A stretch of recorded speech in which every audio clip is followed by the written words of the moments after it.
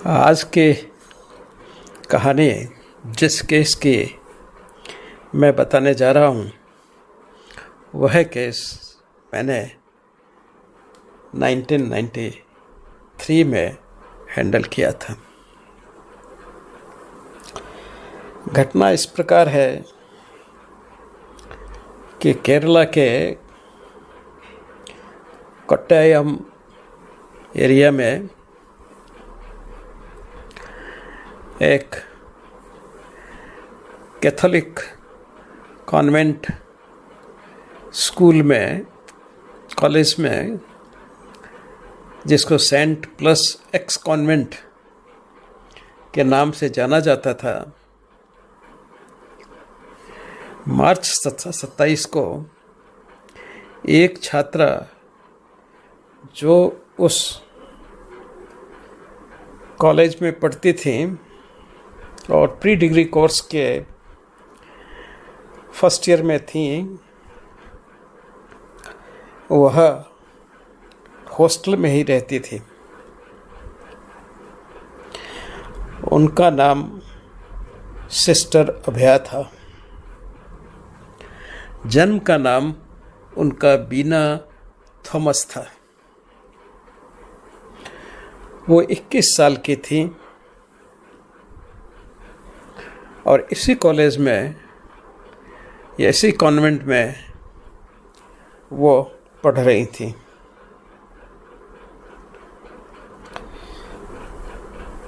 वह एक गरीब फैमिली से आती थी, इसलिए वो अपनी पूरी फीस वगैरह, जो पैट्रीमनी जिसको वो कहते थे कि इतना पैसा पेरेंट्स को देना चाहिए, फादर को देना चाहिए, बच्चे के फादर को, जो करीब 5,000 रुपये के आसपास होता था, वो अपनी गरीबी के कारण यह पैसा भी नहीं दे पाती थी। उसके परिवार में डिप्रेशन की बीमारी की हिस्ट्री भी थी। उसकी मदर साइड में उसके फादर, जो थोड़ा शराब वगैरह पी लेते थे और कभी कभार उनका अपनी पत्नी से भी झगड़ा हो जाता था, इस तरह की सूचना मिली थी। कुल मिलाकर के जो उसके सहपाठियों का कहना था या ऑब्जर्वेशन थी कि वह भी कुछ, यानी कि अभया भी कुछ डिप्रेशन के सिम्टम्स उसमें रहते थे। वो जिस कमरे में रह रही थी, उस कमरे में 2 बच्चे थे, एक वो स्वयं और एक दूसरे अन्य लड़के, दोनों उस कमरे को शेयर करके रहते थे। 27 मार्च को ये एग्ज़ाम के दिन थे। उस दिन भी एग्ज़ाम था, अगले दिन भी एग्ज़ाम था, एग्जामिनेशंस थे। तो सभी बच्चे देर रात तक पढ़ते थे और सुबह जल्दी उठकर फिर पढ़ना शुरू कर देते थे। प्राय सभी बच्चे हॉस्टल में। उस रात यह भी अपने रात की पढ़ाई करके सो गई और इसने अपने सहपाठी जो उसी के कमरे में रहते थे उसको कहा कि 4 बजे का अलार्म लगा दें सुबह उठने का, और वो 4 बजे सुबह उठ गई। सुबह उठने के बाद जो दूसरी लड़की उसके कमरे में रहती थी उसको उसने कहा कि मैं ठंडा पानी पीने के लिए, ये हॉस्टल 5 मंजिला था, लेकिन जो फ्रेश वाटर या ठंडा पानी मिलता था वो ग्राउंड फ्लोर पे था।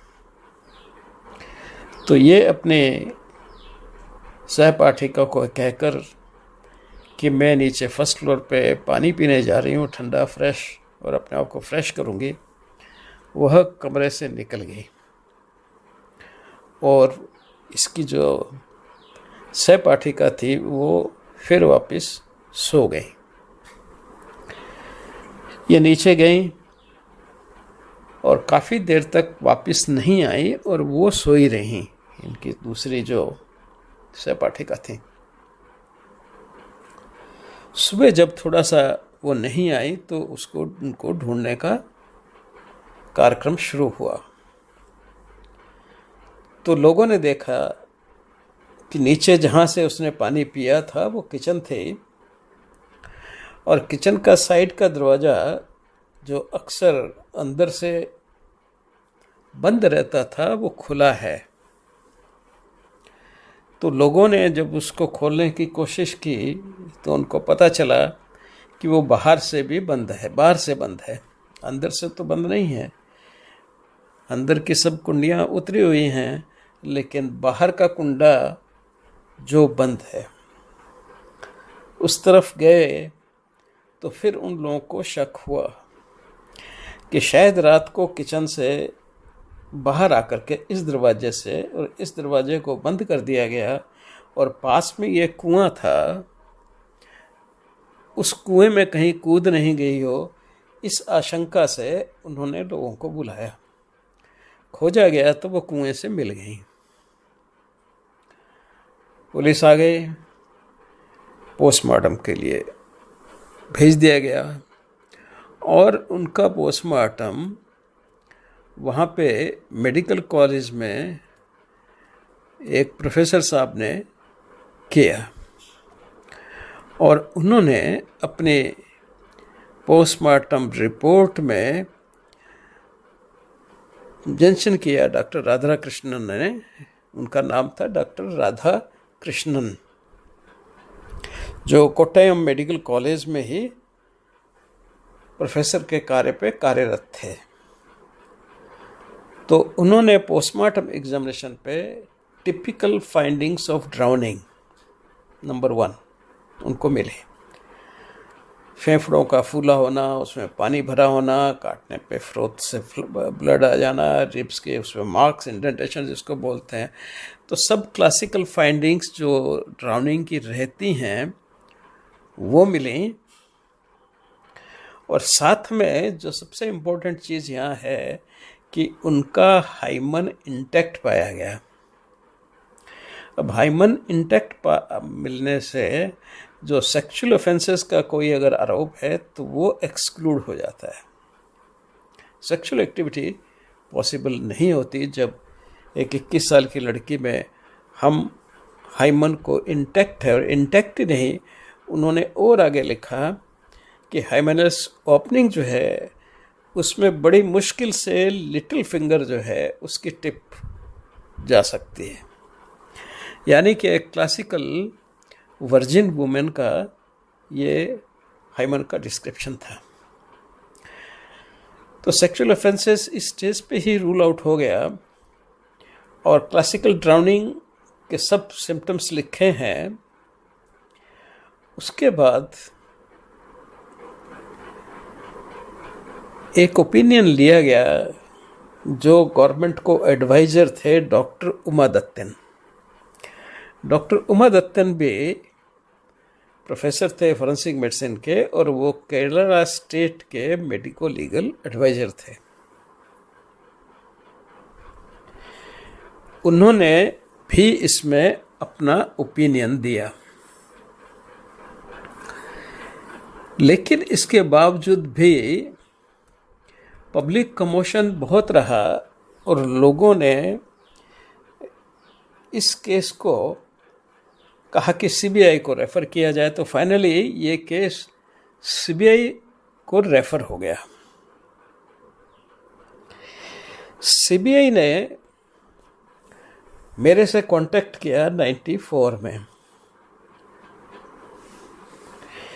तो हमने कहा ठीक है, हम इस केस को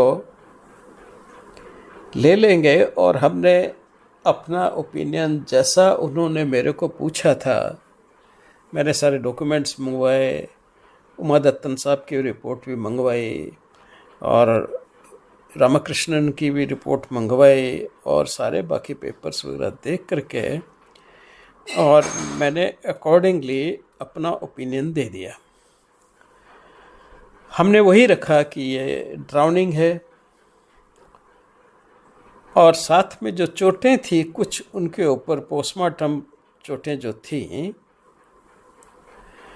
कुछ एब्रेजन्स थे, कुछ हेड पे चोटें थी, तो उन सब का गिरते वक्त हार्ड सरफेस से टकराना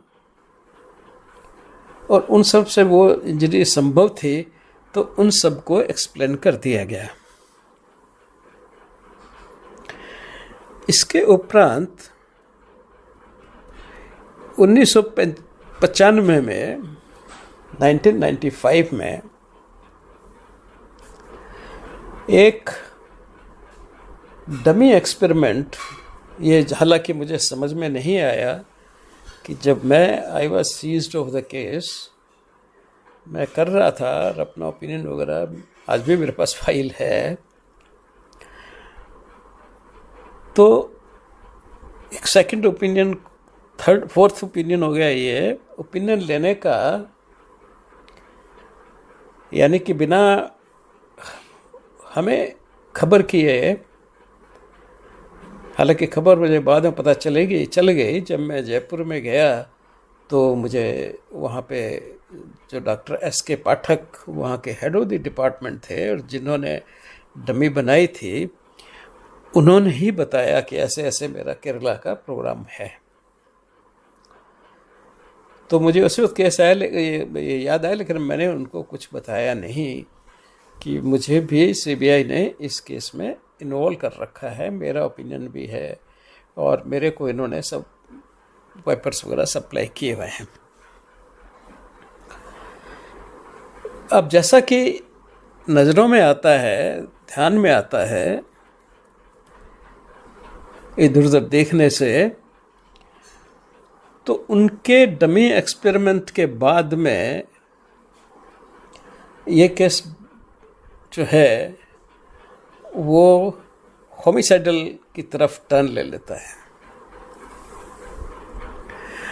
और कोर्ट में केस फाइल किया गया, CBI कोर्ट में 2 लोगों के अगेंस्ट में, थॉमस कटूर, जोस पथुरकैली और एक नन जिसका नाम सेफी था।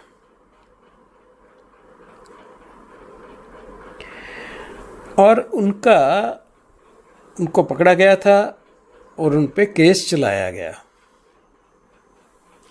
डमी एक्सपेरिमेंट जो किया था उसमें 95 में, उसमें डॉक्टर SK पाठक थे, डॉक्टर महेश वर्मा थे और एक डॉक्टर SR सिंह हुआ करते थे CFSL में, वो लोग थे। और इन लोगों को सज़ा हो गई, यानी कि वो 28 साल बाद इंसिडेंट के, मीन्स उसके मरने के 28 साल बाद